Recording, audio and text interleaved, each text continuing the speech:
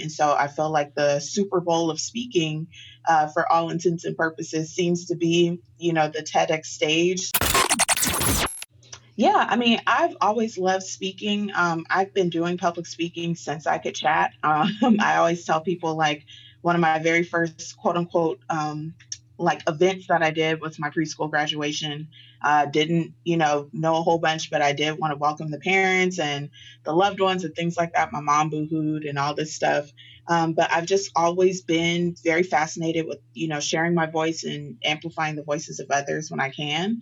So, of course, as I started diving more into like, hey, I think I want to get a little bit deeper into public speaking, I've been impacted by inspirational speakers and keynote speakers and things of that nature. And I want to be able to do the same. And so I feel like the Super Bowl of speaking, for all intents and purposes, seems to be, the TEDx stage. So I put that on my vision board and made it known. And one thing that I've really gathered from a lot of wisdom from people and mentors and inspirational people that I know is that it's not enough to just, think of a goal or think of a dream. You have to share it with people because then people will be able to help you make it happen. So that's exactly what I did. And that kind of transpired into how I got the opportunity.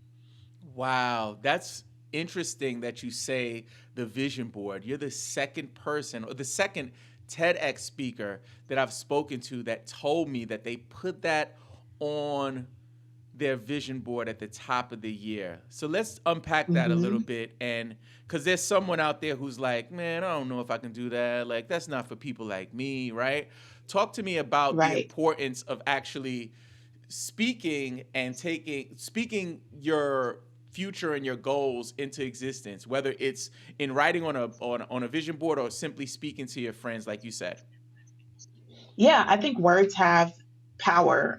It's funny, there's a quote from Albus Dumbledore from Harry Potter, and he says, words are, in his opinion, his humble opinion, the most inexhaustible form of magic.